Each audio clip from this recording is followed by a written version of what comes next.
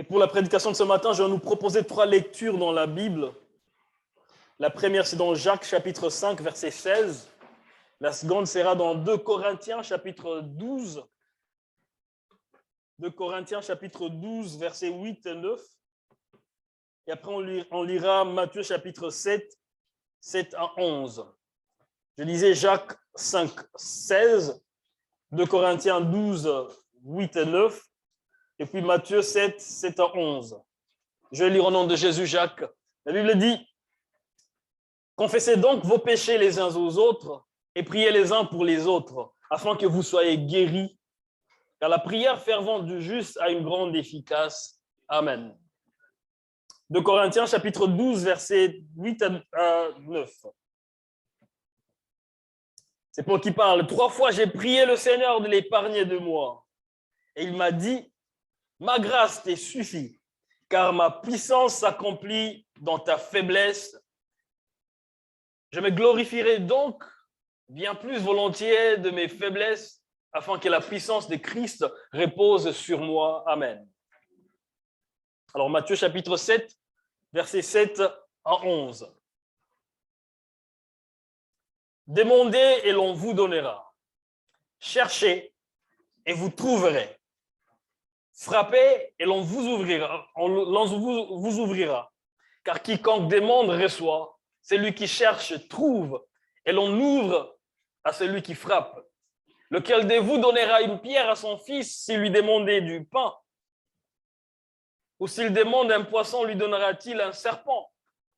Si donc, méchant comme vous l'êtes, vous savez donner des bonnes choses à vos enfants, à combien plus forte raison votre Père qui est dans les cieux donnera-t-il des bonnes choses à ceux qui lui demandent? Amen. À combien plus forte raison votre Père donnera-t-il des bonnes choses à ceux qui lui demandent? Ce matin, ça me fait du bien de revenir ici et de voir, comme je l'ai dit, des visages de personnes qui étaient parties et qui sont revenues. Et certains qui nous suivent déjà en ligne parce qu'ils sont déjà partis. Et d'autres qui m'ont dit qu'ils vont partir cette semaine. Et d'autres qui sont revenus juste pour le week-end et ils repartent demain. Ils se connaissent. Je ne cite personne. Que Dieu vous bénisse. Nous sommes très contents. Ma prière pour nous tous ce matin, que Dieu nous fasse du bien dans sa présence. Je sais qu'il a commencé à le faire au travers de moments de louange et adoration, par le moment des prières. Dieu a commencé à nous faire du bien, je le crois. Et je le prie encore, que Dieu nous fasse du bien ce matin. Et parlant de la prière, je voulais savoir combien ont déjà prié un jour. Vous avez un jour prié, n'est-ce pas? Non? Pourquoi vous avez peur? Vous avez déjà prié. Combien ont prié ce matin? Et les autres, vous avez fait quoi quand on chantait là? Quand on priait? Alors, quand vous priez, quand vous dites que vous avez déjà prié, c'était quoi que vous faisiez? Quand on dit on prie, c'est quoi qu'on fait? Tu parles à ton Père, connecté au Père, la reconnaissance, la communication, la prière. On a parlé de la prière ce matin, on a prié, on aime parler de la prière, et ce matin, je vais parler encore un peu de la prière. Et avant de commencer, je suis allé consulter le dictionnaire pour savoir ce que le dictionnaire disait concernant la prière. Et le dictionnaire, le Robert dit, la prière, c'est ces mouvements de l'âme tendant à une communication spirituelle avec Dieu.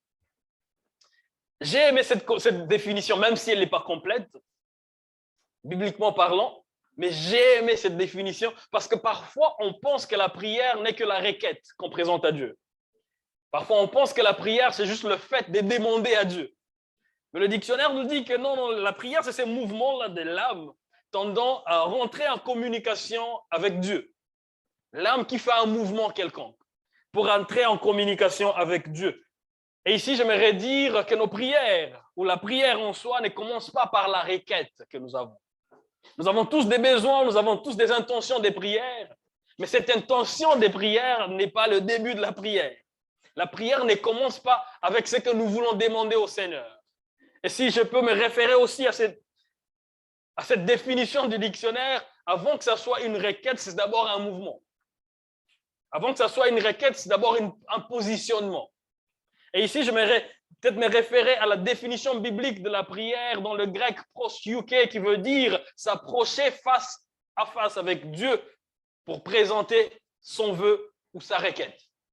S'approcher face en face avec Dieu pour présenter sa requête ou son vœu. Donc, il y a cet aspect de mouvement. On s'approche vers Dieu et puis on présente sa requête. Donc, la requête n'est pas tout. Et la requête n'est pas le début. Notre prière ne commence pas par la requête. Notre prière commence par ces mouvements que nous faisons vers Dieu. Nous nous rapprochons de Dieu d'abord. Nous nous approchons de la présence de Dieu. Prosyuké, et même l'adoration, la Bible l'appelle proskuneo, qui veut dire s'approcher face à face avec Dieu comme un sacrifice. Lorsqu'on adore, on s'offre en face de Dieu comme un sacrifice. Prosyuké, la prière, on s'approche de Dieu pour présenter un vœu, pour présenter une requête quelconque, pour présenter une prière, une intention, une adoration, pour présenter quelque chose dans la présence de Dieu. Donc, premièrement, la prière, sachez-le bien, elle ne commence pas avec nos requêtes, mais elle commence avec cette position qui nous rapproche de Dieu. On fait un pas pour nous rapprocher de Dieu. Et cette définition biblique se rapporte directement à la foi. Et la foi biblique, en grec encore pistis, veut dire avoir de l'évidence par rapport à ce qu'on croit.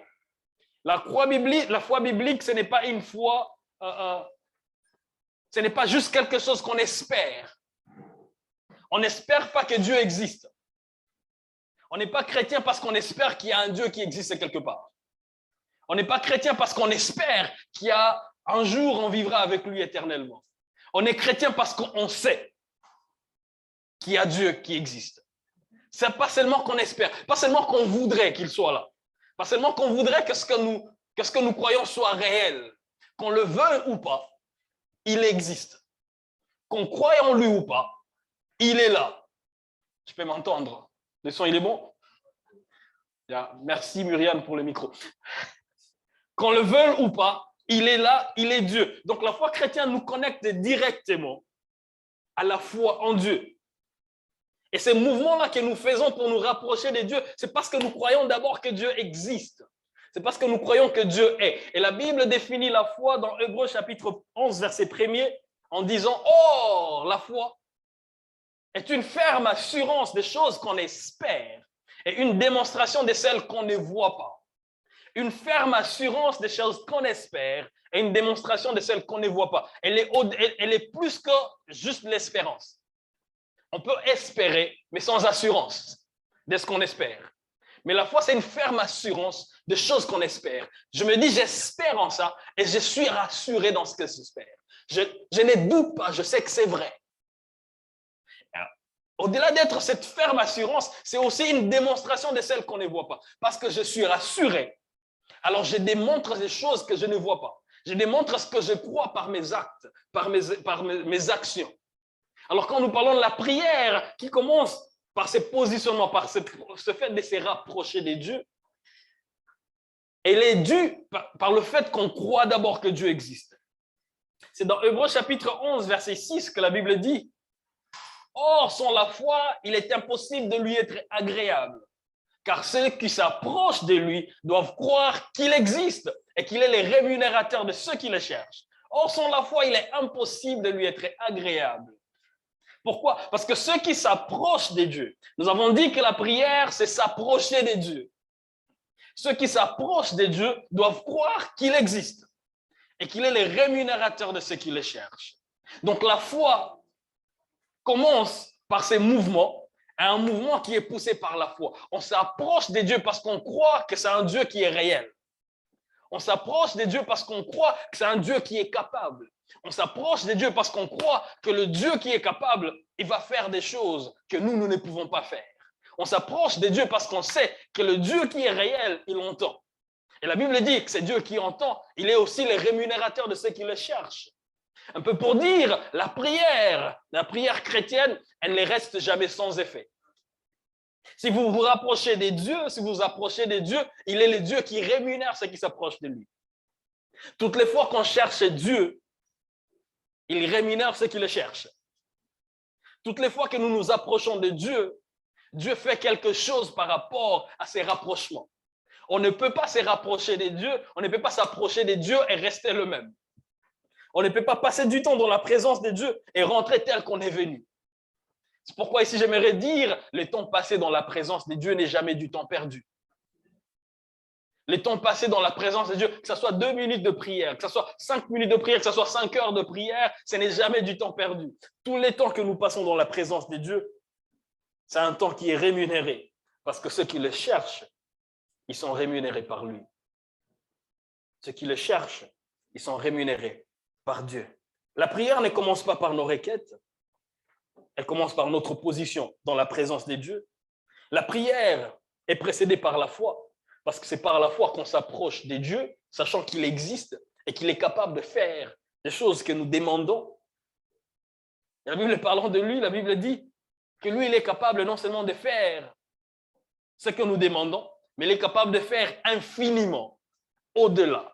Pas seulement au-delà, mais infiniment au-delà. Et quand je pense à infiniment, vous connaissez les Français mieux que moi. Infiniment veut dire quoi?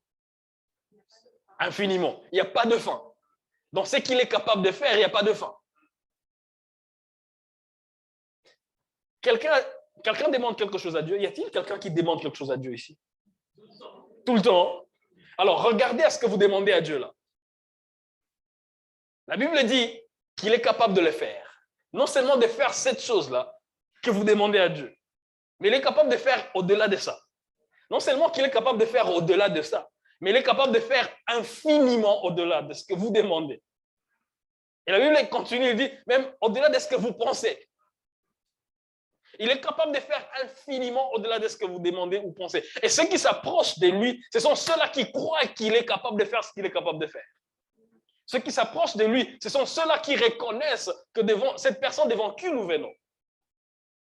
Lui, il est capable de faire des choses que moi, je ne peux pas faire. Lui, il n'est pas limité là où moi, je suis limité. Lui, il n'a pas peur là où moi, j'ai peur. Lui, il est capable de faire ce que moi, je ne peux pas faire. Donc, la prière, elle est précédée par la foi, car ceux qui s'approchent doivent croire que Dieu existe. Et la prière ne reste jamais sans effet. Toutes les fois qu'on prie, il y a quelque chose qui se passe. Toutes les fois qu'on prie, il y a quelque chose qui se passe. Et ici, je pèse mes mots. J'ai dit toutes les fois. Je n'ai pas dit quelques fois. Mais toutes les fois qu'on prie, il y a quelque chose qui se passe. Ce qui se passe, c'est peut-être pas ce que toi tu voulais, mais il y a quelque chose qui se passe.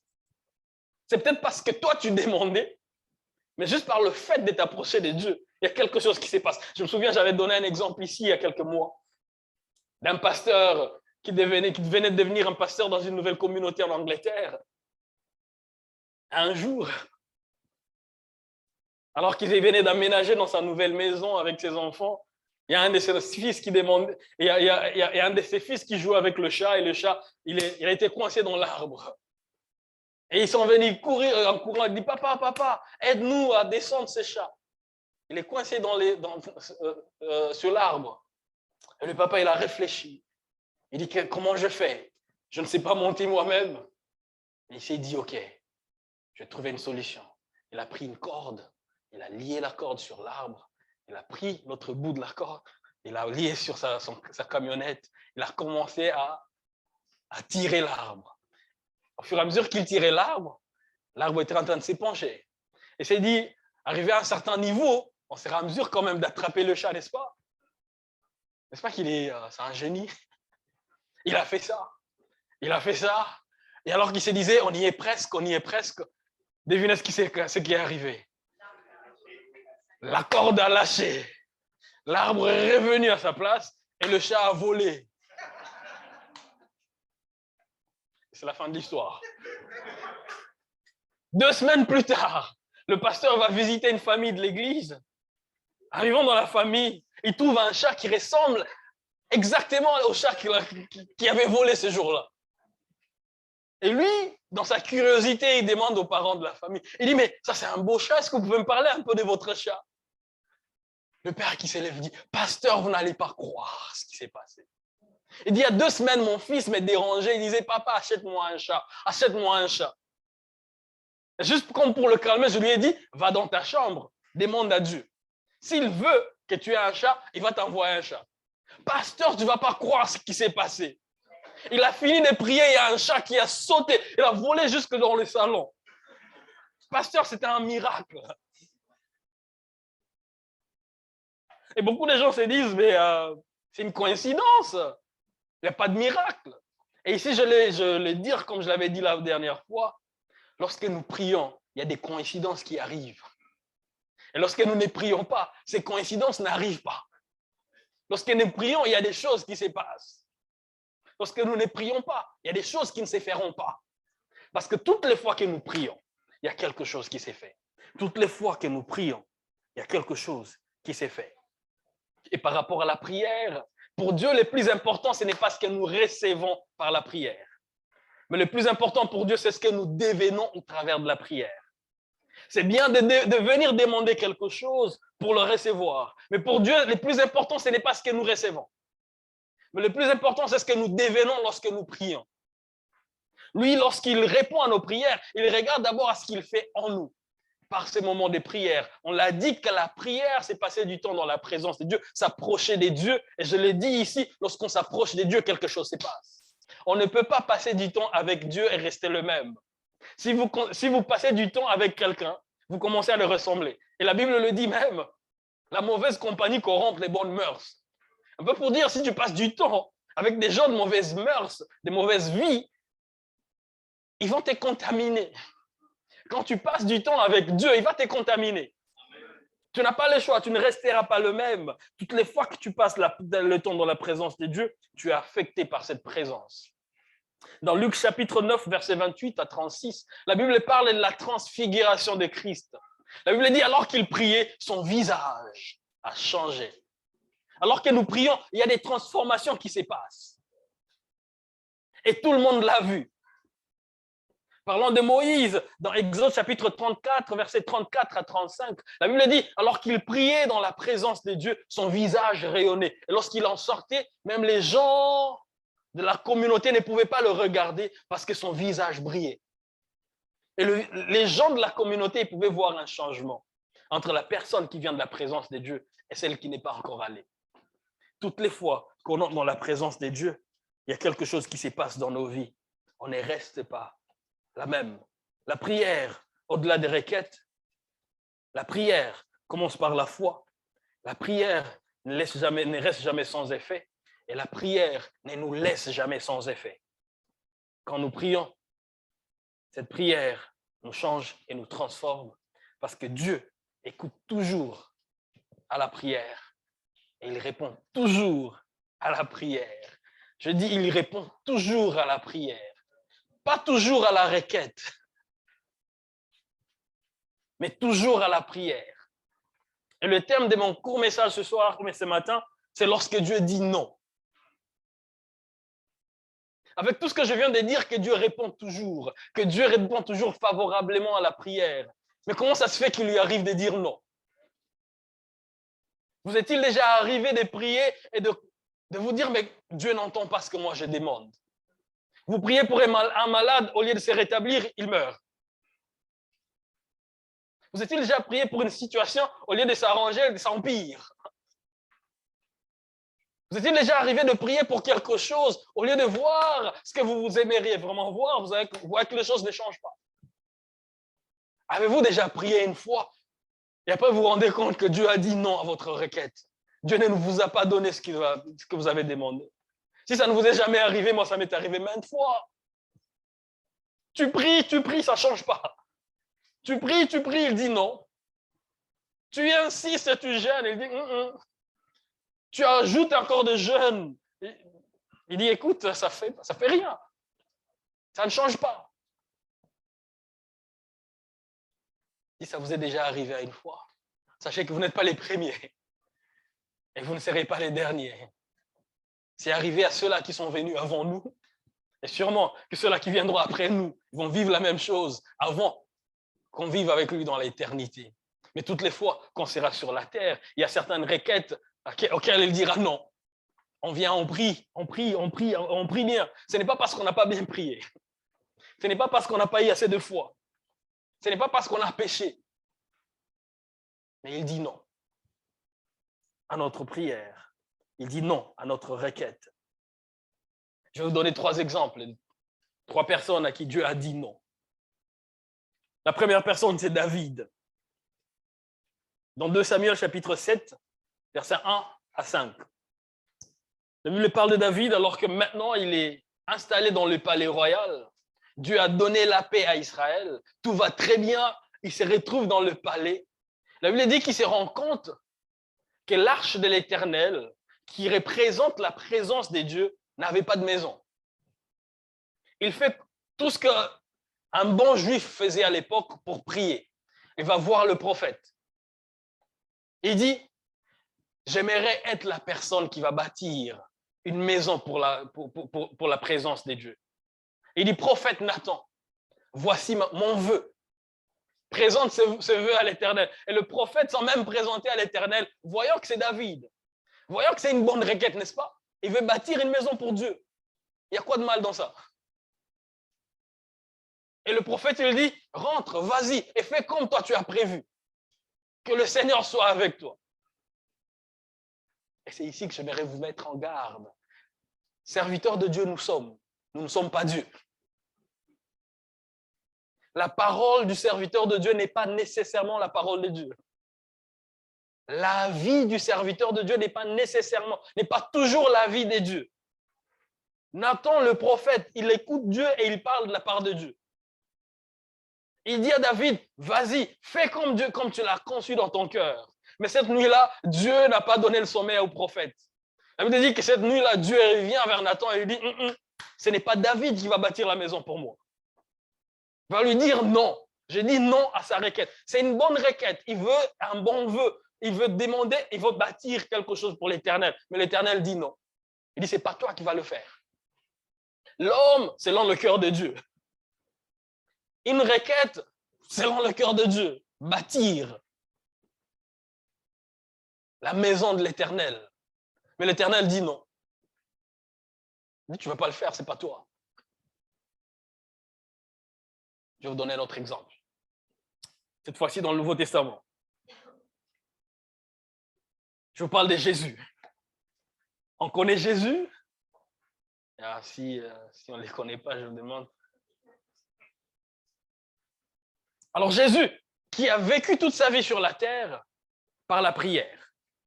La Bible dit par ses habitudes, il passait des temps dans la présence de Dieu, dans la prière. Il a prié pour quelques poissons et quelques pains, et ça s'est multiplié. L'impact et l'effet de la prière. Devant la tombe de Lazare, on le voit dans Jean chapitre 11, verset 41. Dans Jean chapitre 11, verset 42, il dit, « Pour moi, je savais que tu m'exauces toujours, mais j'ai parlé à cause d'eux. » Il dit, « Je reconnais que toi, tu exauces toujours à toutes mes prières. Mais si je l'ai fait, c'est à cause d'eux, pour qu'ils sachent et qu'ils croient que c'est toi qui m'as envoyé. » Il dit, « Tu m'exauces toujours. » Mais ce même Jésus, quelques jours plus tard, il se retrouve à Gethsemane, à genoux en train de trembler. Il dit, « Père, s'il te plaît, éloigne de moi cette coupe. » Une requête réelle dans une situation réelle pour les ressentis réels à cause d'une crainte réelle. Il dit, ça fait mal, j'ai peur, alors éloigne-le de moi, s'il te plaît. Et qu'est-ce que le Seigneur fait? Non. Heureusement pour nous. Le Seigneur dit, je n'éloigne pas. Il dit, non, je n'éloigne pas. Lui-même qui venait de dire, je sais que tu m'exauces toujours. Qu'est-ce qui s'est passé ces jours-là? Est-ce que ces jours-là ne fait pas partie des toujours?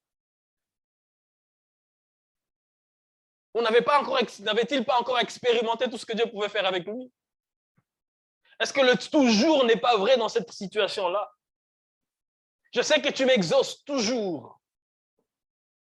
Mais ces jours-là, Dieu lui dit, je n'éloigne pas. Je n'éloigne pas. La Bible dit, il était en train de trembler lorsqu'il priait. Et ici, j'aimerais dire à quelqu'un, même lorsque tu trembles, prie quand même. Même quand tu trembles, prie quand même. Même quand tu ne vois rien, prie quand même. Ça, je l'ai appris difficilement. Dans des moments de tremblement, où tu n'as pas envie de parler à Dieu. Tu veux lui dire, tu étais où quand ces choses arrivaient? Tu veux lui dire, mais bon, pourquoi tu as fait ça? Mais c'est dans des moments pareils que tu appelles à dire, même en tremblant, à prier quand même. Mon pasteur me disait toujours, le courage, ce n'est pas l'absence de la peur. Le courage, c'est avancer même en tremblant. Tu as peur, mais tu avances quand même. Et le courage dans la prière, c'est même quand tu n'as pas envie de prier, même quand tu n'as pas la force de le faire, même quand tout ne va pas bien, tout va très mal, tu te dis, je le ferai quand même. Tu pries quand même. Et Christ, il a prié. Dieu avait-il entendu sa prière? Oui. Dieu avait-il exaucé sa prière? Oui. Dieu avait-il exaucé sa requête? Non. Et Christ a dit, je sais que tu m'exauces toujours. Et même ce jour-là, Dieu avait exaucé. Mais c'est juste que à la requête, il a dit non. Un troisième exemple. Vous allez me dire, mais non, David, c'était l'homme selon le cœur de Dieu. Jésus, c'est le Christ, c'est Dieu sur la terre. Parlez-nous de quelqu'un, un humain qu'on connaît. Alors, je vais vous parler de Paul. Paul, l'homme qui a écrit le 1/3 du Nouveau Testament. La personne qui dit, le reste de la souffrance de Christ, je les porte dans ma chair. Cette personne qui a engagé toute sa vie à servir Dieu, l'apôtre vers les nations. Mais la Bible dit, dans 2 Corinthiens chapitre 12, verset 8 que nous avons lu, il dit qu'il avait une épine dans sa chair et ça lui faisait mal, au point que 3 fois, il a prié. 3 fois, il a demandé à Dieu d'éloigner cette épine, d'enlever cette épine. Et quand il dit 3 fois, ce n'est pas qu'il a prié une fois. Enlève, au nom de Jésus, amen. 2 fois, pardon, enlève s'il te plaît. Amen. 3 fois. S'il te plaît, Père, enlève. Donc, quand la Bible dit 3 fois il a prié, il a organisé des séances de prière en 3 occasions. Des retraites de prière peut-être. Des saisons de prière. Avec une seule requête, Seigneur, enlève ça. Cette personne qui a vécu des miracles avec le Seigneur dans son ministère. Cette personne qui a fait des choses qui ont bouleversé le monde. Cette personne qui a servi Dieu dans toute loyauté. Mais c'est cette même personne qui, elle-même, pour son cas, Dieu ne fait rien. Il prie pour les autres, ils sont guéris, mais il prie pour lui-même, ça ne va pas. Il encourage les autres, ils sont encouragés, mais quand il parle à lui-même, ça ne va pas, ça ne marche pas. Il prie, Seigneur, enlève. Le Seigneur lui dit, non, je n'enlève pas. Je n'enlève pas. Est-ce que ça fait plaisir à Dieu de nous voir souffrir? Est-ce que ça lui fait plaisir de ne pas répondre à nos prières? Sur les psalmistes qui dit, est-ce ceux-là qui sont sur les lits d'hôpital, les lits des malades, qui peuvent te louer? Est-ce que c'est ce jour de mort qui peut t'adorer? Il dit, pourquoi tu n'agis pas pour moi? Si tu l'as fait pour moi, je pourrais t'adorer et te louer. Est-ce que ça te plaît de me voir dans cette situation? Paul, avec cette situation, mais il a continué à servir le Seigneur. Avec toutes ces personnes, Dieu a-t-il entendu leurs prières? Dieu a-t-il répondu à leurs prières? Dieu a-t-il répondu à leurs prières? Alors que dans Jacques, le passage que nous avons lu, la Bible dit que la prière du juste est d'une grande efficacité. La prière du juste a toujours un impact. Et qu'est-ce qui s'est passé avec la prière de ces gens? Pourquoi les choses ne changent pas? La Bible ne dit pas la prière des justes a des fois de l'impact. Qu'est-ce qui s'est passé? Pourquoi pour ces gens ça n'a pas marché? Et ici j'aimerais nous dire que lorsque Dieu dit non à notre requête, ça ne veut pas dire qu'il n'a pas agréé notre prière. Juste parce qu'il n'a pas répondu à la requête, ça ne veut pas dire qu'il n'a pas accepté notre prière. Je l'ai dit en commençant, la prière, ce n'est pas d'abord la requête, ce n'est pas d'abord cette demande. La prière, c'est le fait de s'approcher de Dieu. Et c'est ce que Dieu agrée d'abord, notre présence dans sa présence. Et c'est ce qui donne de l'impact d'abord, notre présence dans sa présence. Avant les mots et les paroles que nous allons prononcer, c'est notre présence dans sa présence. Écoutez, Christ, il dit à ses disciples, lorsque vous priez, dites. Un peu pour dire, le dire, ce n'est pas encore la prière. Mais lorsque vous allez prier, il faut dire, notre Père qui est aux cieux. Lorsque vous allez vous approcher du Père, lorsque vous allez vous rapprocher de lui, alors dites des choses. Il peut ne pas recevoir ce que nous avons dit, mais il a reçu notre présence dans sa présence. Et juste le fait qu'on soit passé par sa présence, il y a des choses qui se sont passées dans nos vies. Juste le fait qu'on ait passé du temps dans sa présence, il y a une réponse à nos prières que nous recevons. À David, il a dit non, mais il ne s'est pas arrêté par là. À Christ, il a dit non, mais il ne s'est pas arrêté par là. À Paul, il a dit non, mais il ne s'est pas arrêté par là. Dans 2 Samuel chapitre 7, verset 11, alors qu'il a dit à Nathan, va dire à David, ce n'est pas lui qui bâtira la maison, mais il a dit, écoute, annonce à mon serviteur David que j'affermirai sa maison, j'affermirai sa progéniture, et de lui viendra un roi qui lui bâtira ma maison. Dieu a dit ça pourquoi? Parce que David a prié. Sans la prière de David, David n'aurait pas reçu cette parole de la part de Dieu. Sans avoir présenté ses vœux devant Dieu au travers du prophète Nathan, il n'aurait pas reçu cette réponse de Dieu. Dieu a dit non, mais il a dit, mais j'affermirai ta maison. Il a dit, je créerai une maison pour toi. Il a dit, je ne te donne pas ce que tu demandes, mais je te donne quelque chose parce que tu es passé par ma présence. À Christ, il a dit non. Je ne vais pas éloigner cette coupe. Mais dans Luc chapitre 22, verset 41-43, qu'on nous a affiché il y a quelques minutes, la Bible dit, alors qu'il était en train de prier, Dieu dit non à sa requête, mais Dieu lui envoie un ange pour les fortifier. Il n'enlève pas le problème, mais il envoie le renfort dans le problème. Il dit non à la requête, mais il envoie le renfort dans le problème. Jésus a reçu le renfort. Pourquoi? Parce qu'il a prié.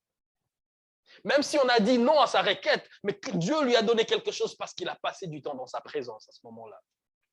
Il a reçu le renfort, l'ange qui est venu l'encourager. Pourquoi? Parce qu'il était dans la présence de Dieu.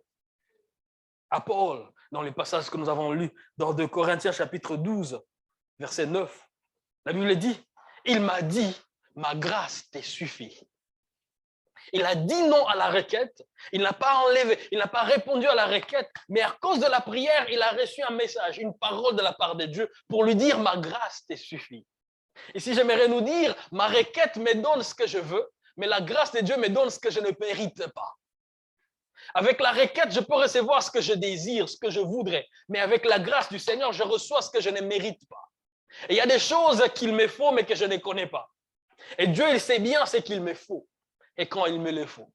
Et quand il dit, je te donne ma grâce te suffit. C'est un peu pour dire, il y a des choses que tu es en train de recevoir, mais tu ne vois pas. Le problème, c'est lorsque nous regardons qu'au nom que Dieu a dit, mais nous ne regardons pas à autre chose que Dieu est en train de faire par ce moment que nous passons dans sa présence.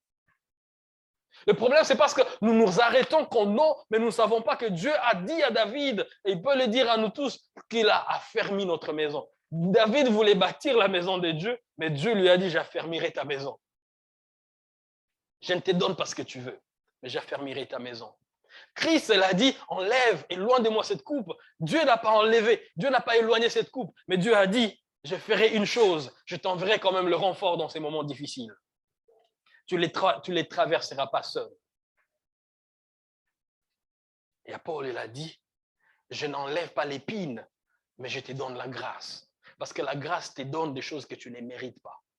La grâce te donne des choses qui vont au-delà de ce que toi tu mérites. Mais toutes ces choses, ils ont reçu. Pourquoi? Parce que Dieu a agréé leur prière. Il a agréé leur prière, mais il a dit non à la requête. Et j'aimerais dire à quelqu'un ce matin, toutes les fois qu'il dit non à ta requête, ce n'est pas qu'il n'est pas en train d'agir.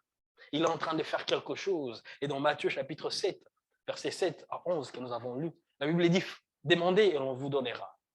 Il n'a pas dit demandez et quelquefois on donnera. Il a dit frappez et on ouvrira. Il n'a pas dit frappez et on pourra ouvrir, on ne sait jamais.